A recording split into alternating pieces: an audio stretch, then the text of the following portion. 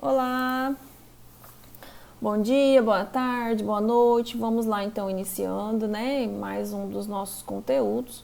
E a gente vai estar falando hoje sobre o funcionalismo em seus primórdios, né, a psicologia a serviço então da adaptação. E a gente vai estar entendendo por que então, né, que essa serviço da adaptação, né.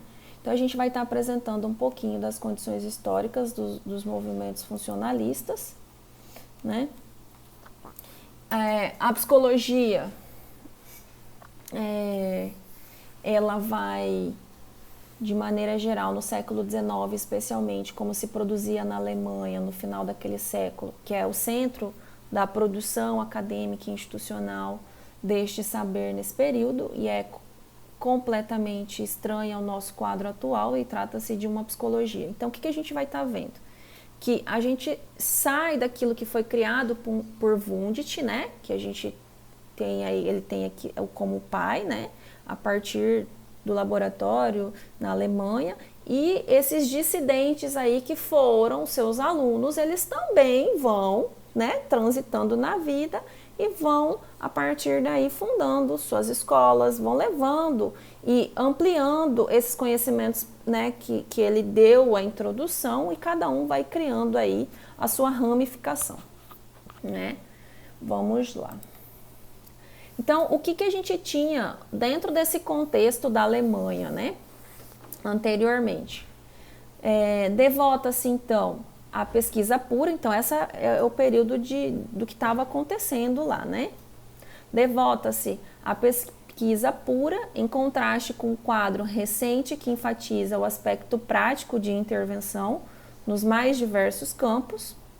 Toma como objeto de estudo a nossa experiência comum, consciente, objeto suficientemente problematizado por correntes relevantes como psicanálise e behaviorismo.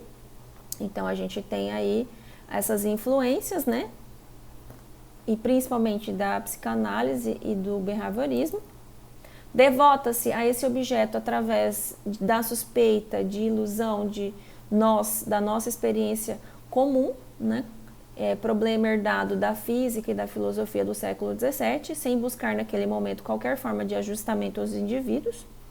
Utiliza-se nesse exame da nossa experiência de uma forma particular de introspecção controlada, em que os sujeitos teriam de ser mentalmente treinados para fazer a descrição mais precisa dos elementos básicos dessa experiência comum às sensações. Então, vocês lembram que Wundt usava muito do campo da experiência, né? E aí, a partir disso, esses foram os elementos para se construir além disso. Por conta das exigências do método não estudado aos sujeitos comuns, muito menos crianças, animais e loucos, né? Estuda outros psicólogos devidamente treinados na profissão de fé da fisiologia para chegarem aos meandros da nossa experiência mais pura e mais genuína, né? De maneira geral, então, ele está dizendo que as pessoas do cotidiano, elas não entravam dentro desses experimentos. Por quê? Porque as pessoas precisavam ser treinadas para dar conta desses experimentos. Então, já exigia um nível, né, cognitivo, de domínio, para que você pudesse realizar. Bom, mas enfim, são críticas que já estão aparecendo do pensamento anterior. Cenário histórico e influências. Então, a gente vai estar olhando aqui para essa historicidade, o que vai acabar influenciando, as necessidades políticas e administrativas decorrentes de um processo de modernização avançado, próprios àquele país, né? Então a gente tinha um período industrial, né, muito forte. A urbanização, né, o que dava um conjunto de elementos para que, de alguma maneira, a gente também entrasse nesse cenário como esse fazer aí no campo do ajustamento, né? As características do sistema universitário norte-americano no século XIX. Por quê? Porque aqui a gente sai da Alemanha e nós vamos trabalhar um pouquinho mais aqui com as escolas norte-americanas, tá? Então a gente vai estar vendo esse funcionalismo norte-americano. No que tange a modernização, pode-se dizer que, especialmente em meados do século XIX, assiste-se nos Estados Unidos modo semelhante a alguns países europeus. Há um galope, um processo de urbanização que se expande da costa leste em direção ao oeste por meio do avanço industrial e de uma série de transformações institucionais, como a expansão do sistema escolar. Aí, em outras disciplinas, por exemplo, vocês já viram os impactos que de maneira geral tem disso, né? Então a gente sabe que começam a ter as instituições em que também vão tem esse olhar, né, em que o sujeito parece uma máquina. Então tem a organização das salas, assim como tem a organização das fábricas, né? E como é que vai ser conduzido, como é que vai ser o ensino, vai ser direcionado dessa forma, enfim, e como é que é o distribuído esses campos aí da atividade dentro das fábricas, cada um com o que tem que ser feito, né? Enfim, como essa distribuição segmentada que já vem do cartesiano, né? Cada um faz a sua parte, aí passa para o outro, e assim a gente vai. Bom, e aí vocês sabem que isso vai ter o quê? Uma extrapolação para as outras instituições.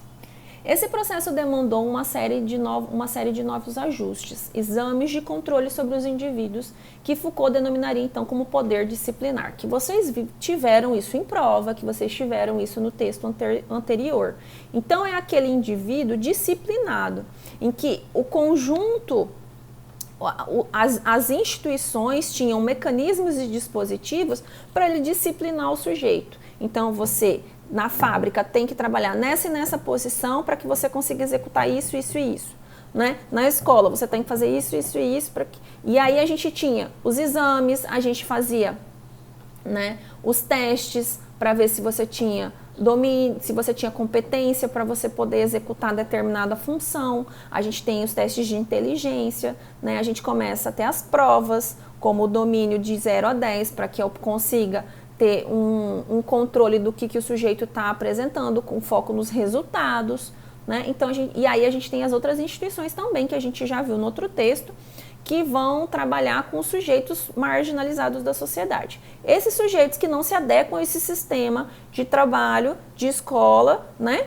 Que estão destoando aí do que tem que ser esse funcionamento dentro da sociedade, eles vão, né, para as instituições lá que vão, por exemplo, vamos dizer um nome acolher, mas que na verdade vai ser um depósito de pessoas, e como a gente viu, né, os sanatórios, enfim, né, como eu apresentei para vocês aí, aqui no Brasil, que a gente tinha um hospital, né,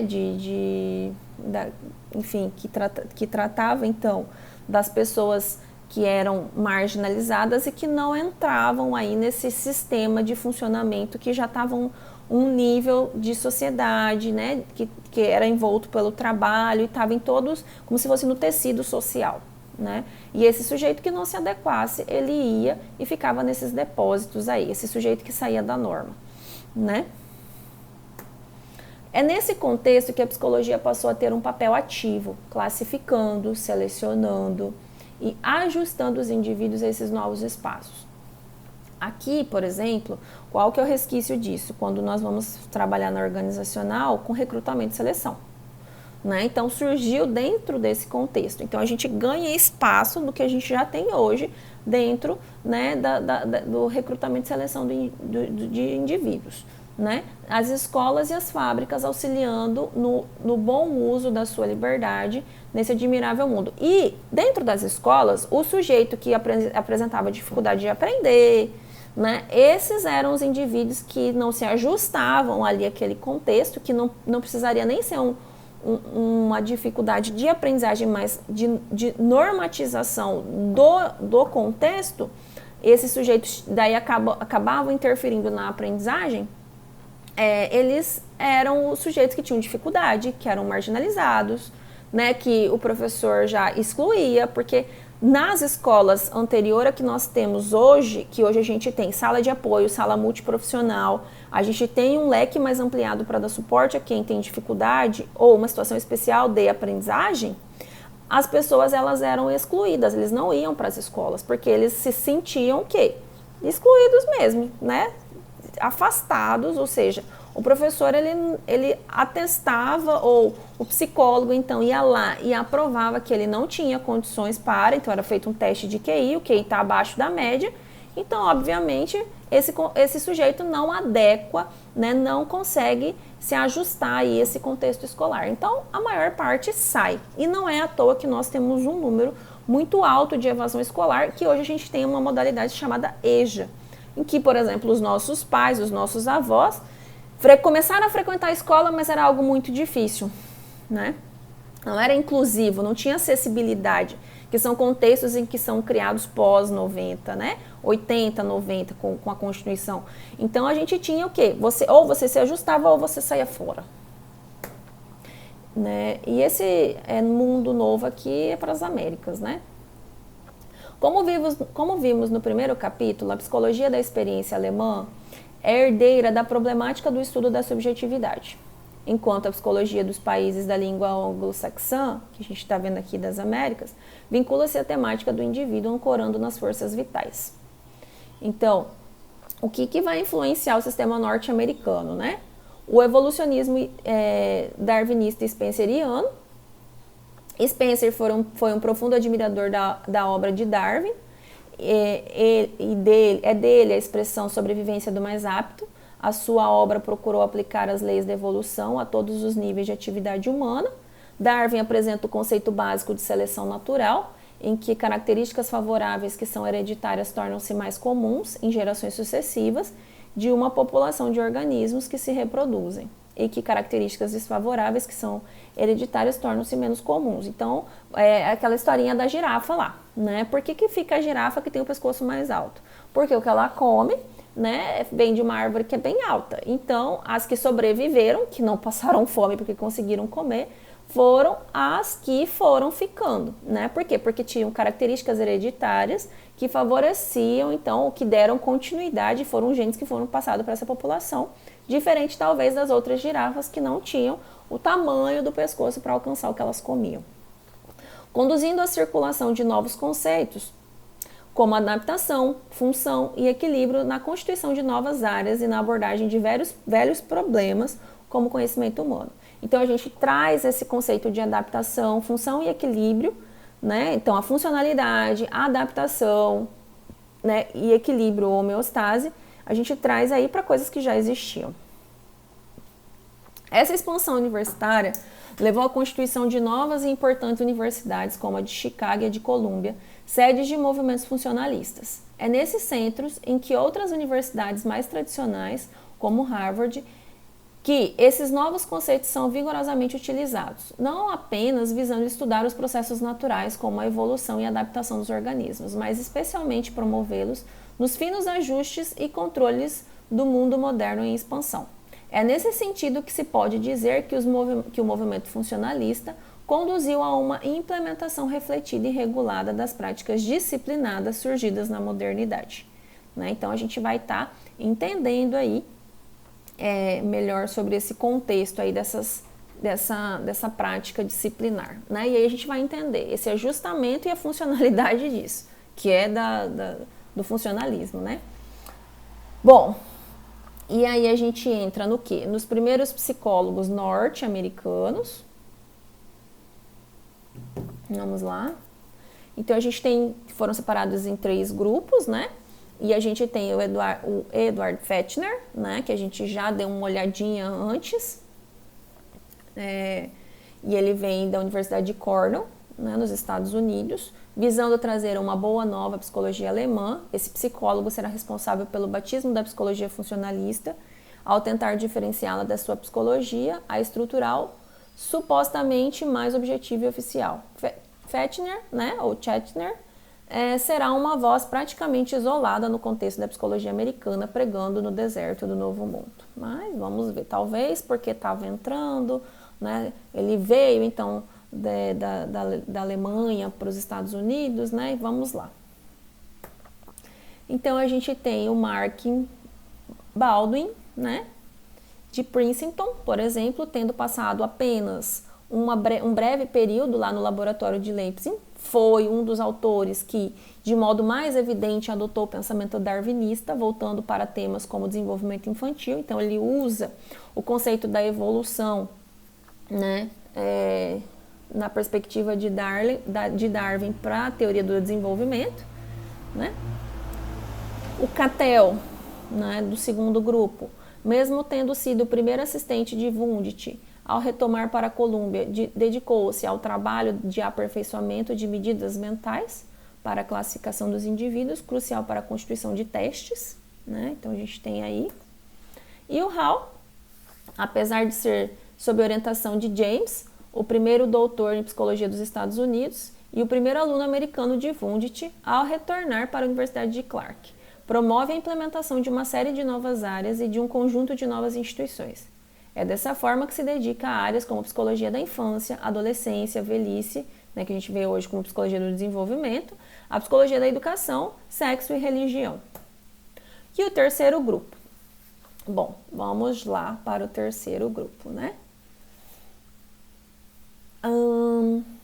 Bom, então a gente tem o James, né, que eu vou, desse terceiro grupo eu vou dar, vai ficar menos citando e já apresentando quem são e o que é da obra deles, né? Que eles têm uma importância maior aí na literatura. Então, para fins didáticos, é possível dividir a obra de James em dois momentos. Um psicólogo que vai da década de 1870 a 1890 e outro filósofo da década de 1890 até o final de sua vida, né? Então, enfim. James nasceu em Nova York em 1842 e faleceu em 1910. Em sua casa no campo da cidade americana de Chocorua. Em sua juventude, acompanhou então eminente naturalista, né, Louis Agassiz, em uma expedição no Brasil, né? Então ele veio para as Américas aí. E aí a psicologia e filosofia de William James, né? Então, James constrói uma noção de self que caracteriza em certa fluidez, né? Ele vai trazer alguns conceitos que, de maneira geral, gente, eu fui dar uma olhada para extrapolar, mas eu achei melhor nem entrar. Então, ele traz conceitos em que eu vi uma tese, uma dissertação, uma tese de quem falou sobre William James, por exemplo, ou seja, do funcionalismo de William James, e são conceitos que são no campo da filosofia e que realmente não cabem aqui, porque a gente está pegando um apanhado, né, da influência do funcionalismo junto com o pragmatismo como método, né, e o que isso vai influenciar na constituição da psicologia, né? Já está consolidada a psicologia, então a gente está vendo várias escolas, né, a partir do momento em que a gente tem aí a psicologia já legitimada lá por Wundt, né? Então aqui ele cria uma noção de self caracterizada por certa fluidez, sem limites estabelecidos, previamente com as referências básicas de tempo e espaço definidas em função das ações, das quais esse mesmo self é autor. Outras palavras, o self não existe como uma estrutura com certa organização psíquica antes de suas ações. Ao contrário, ele passa a existir em função das ações sobre o ambiente, né? Então ele constrói uma noção de self fluido, né?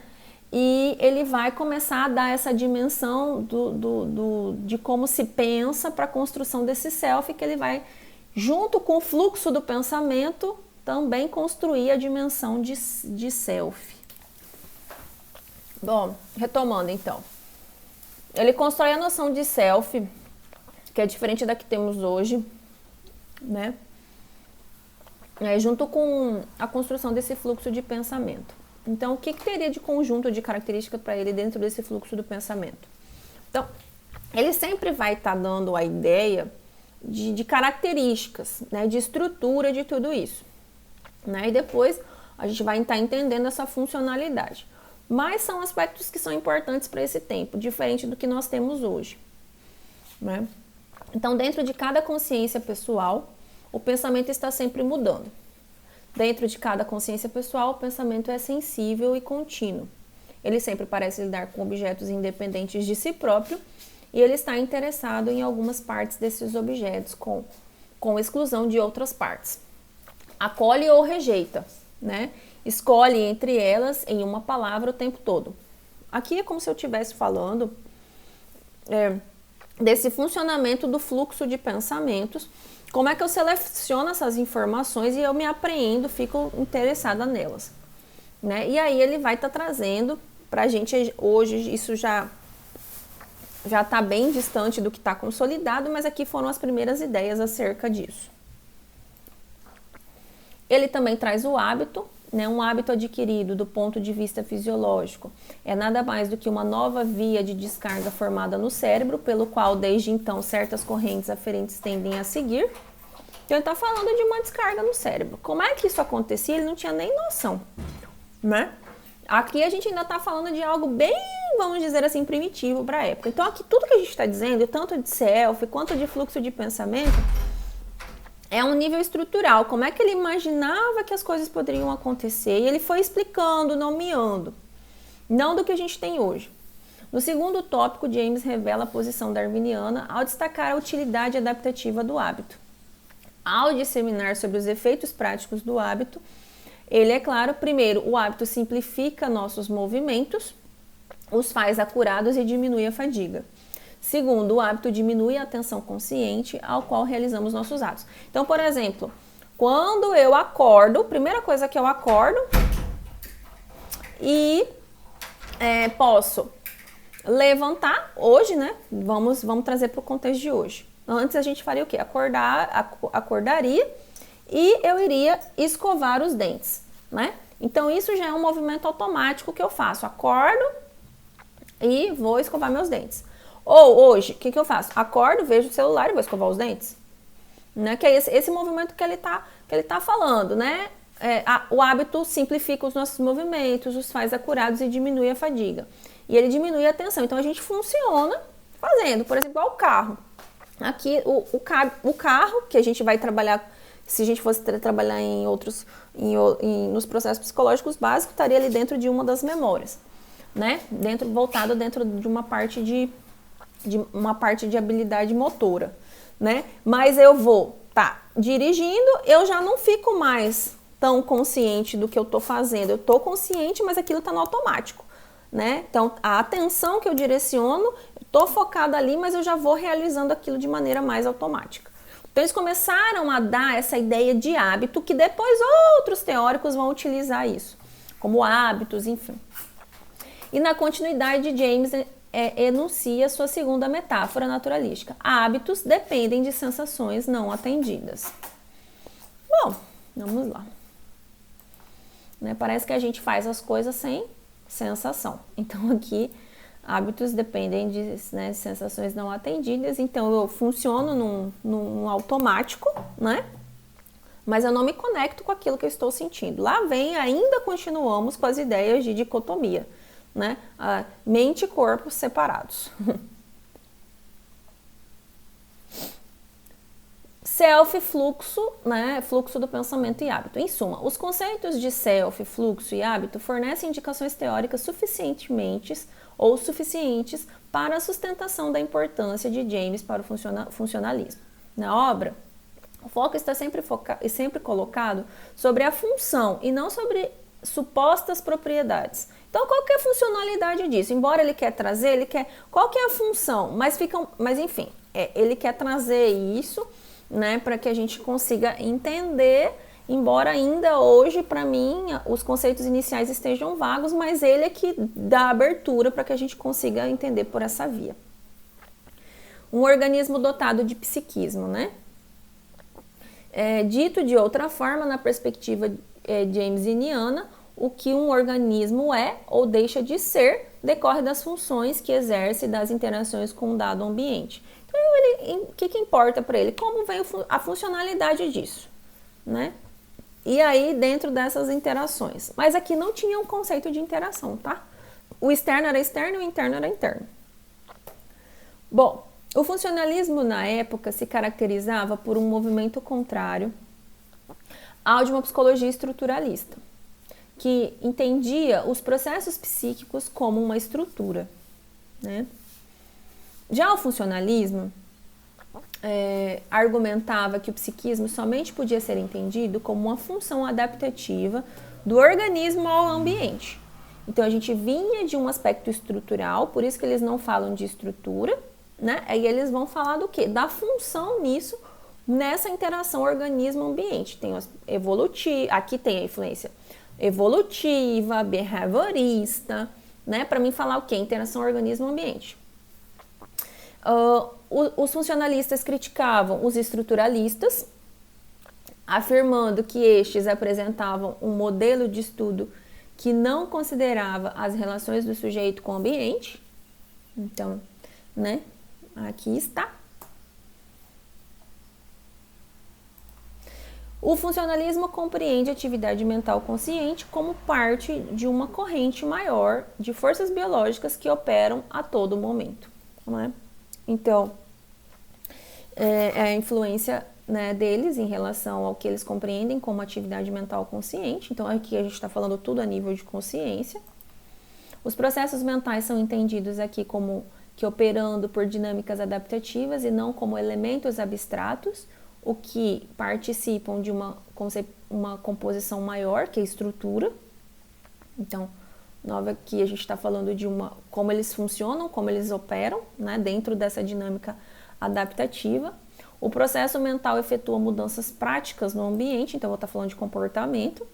Aqui o funcionalismo vê uma intencionalidade organísmica em busca de cumprir metas adaptativas. A ênfase recai numa consciência adaptativa. E diante de uma expansão urbana da época, cresceu um movimento nas universidades de criação de teorias que tivessem um viés prático e útil e que se adequassem às demandas de ajuste social de indivíduos nessas metrópoles. E isso efetuou o ambiente, então, universitário, né? Então, aqui é o que vai estar influenciando, então, o contexto universitário norte-americano, né? Por quê? Porque a gente precisa de universidades, de um movimento de época, de criação de teorias que tivessem um viés prático e útil e que se adequassem às demandas de ajuste. Muito a gente está vendo esse movimento hoje, né? O tempo todo a gente vai e volta. Então, por exemplo, ensino técnico é voltado para a prática. Ele tem que ter utilidade. Ele é mais curto, se paga menos por isso, porque você tem menos domínio teórico, né? E você já sai com tempo reduzido formado para o trabalho. Então, vejam desde quando que a gente está nesse movimento de criação de teorias que tivessem esse viés prático e útil, que não precisasse pensar muito, porque a gente já tinha, então, um afastamento um pouco da filosofia. Aqui a gente vê influências, mas não é no campo filosófico. A escola de Chicago com Dewey. Então, Dewey, então, é o primeiro expoente da corrente funcionalista na época que desenvolveu uma posição organísmica, sublinhando o comportamento como uma coordenação total que adapta o organismo a uma situação. Então, aqui é bem adaptativo e ele vai levar esses conceitos para dentro de contexto escolar, né? Ele aí é um dos defensores da escola nova, né? Enfim, e a gente vai estar entendendo um pouquinho melhor qual que é esse pensamento aí que envolve, né? Dewey critica a teoria do arco reflexo. Os proponentes do arco reflexo afirmavam que uma unidade de comportamento termina sempre com a resposta e um estímulo, né? Então a gente está falando aqui um pouquinho de um viés um pouco mais comportamental, por achar simplista e propõe uma visão mais total do ser humano que não se reduz a uma resposta do tipo automática. Ele também constrói uma crítica em cima da filosofia como um distanciamento da realidade, o que faz se aproximar do pragmatismo e propor uma intervenção útil no ambiente, né? Então, tem um viés utilitarista aqui. O funcionamento deweyniano se caracteriza, então, pelo entendimento do organismo como uma totalidade que se relaciona com o meio de modo a incluir todas as funções mentais e corporais. Bom, daí ele quer, né, de alguma maneira, ver como é que esse organismo, então, ele vai se adaptar, se ajustar aí dentro dessas funções, né, envolvido aí nesse meio. O pragmatismo, então, por seu turno, é uma corrente filosófica que se apropria dos aportes funcionalistas para elaborar uma teoria do conhecimento que tem como base a experiência, oriunda da interação do organismo com o ambiente como um fator de transformação, modificação dos hábitos. Né? Então, de maneira geral, quando a gente utiliza o pragmatismo, eu tenho um método, por quê? Porque eu já vou no nível de intervenção. Então, eu já entendo a funcionalidade disso, qual que é a função disso, e o pragmatismo ele entra para modificar o que já foi construído lá com James aí acerca desses hábitos. Críticas ao funcionalismo. Bom, e aí a gente vai estar vendo o que vai sendo construído e quais críticas esse modelo vai sofrendo, né? Estar adaptado é, antes de tudo, estar ajustado às demandas do meio social, sejam elas quais forem. Então, a gente tem aí um ajustamento, e aí volta para o que Foucault disse no início, né? Do disciplinar, né? O porquê tem essa função adaptativa e como as instituições agem aí em função desse pensamento, né? Acerca de como disciplinar o indivíduo. A psicologia funcional conduz a uma concepção instrumental do ser humano, né? Conforme visto então no capítulo 1. A vida se torna o grande vetor na determinação da disciplinarização dos indivíduos, que foi aquilo que a gente estudou naquele outro capítulo. Né? Então, eu estou disciplinando os sujeitos para que eles realizem o trabalho, para que eles vão às escolas, né? Para que ele dê conta desse formato, né, institucional que vigora aí nesse tempo.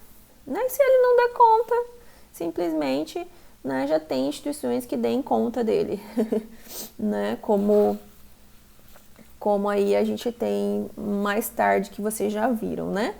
Como a concepção de doença mental, enfim, uma série de coisas quando a gente entra com testes, quando a gente tem que ter um cuidado maior, quando a gente está falando que alguém tem, aplicando um teste de inteligência, que alguém tem deficiência mental, então ele vai para esses sanatórios ou ele vai para essas instituições, né? Porque ele foge dessa norma.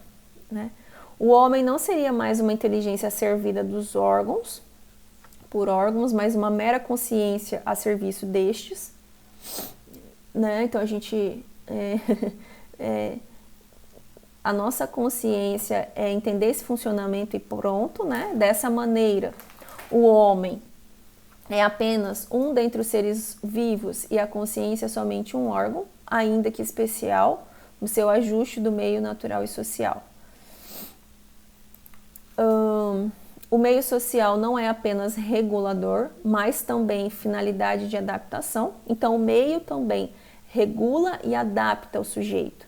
A gente, ao mesmo tempo em que a gente está se adaptando a esse ambiente, ele está nos modificando a essa adaptação. A adaptação psicológica visa, então, ajustar a sociedade a si própria, através do manejo dos indivíduos, especialmente os desadaptados. Né? Então, é essa ordem que vigora. Né, e a gente entra e contribui com isso. O psicólogo entra nesse contexto como um engenheiro social da utilidade, buscando promover a moda utilitarista, o maior bem possível. Transforma-se assim a utilidade individual do patrimônio social. E aí, o que seria então esse utilitarismo, né?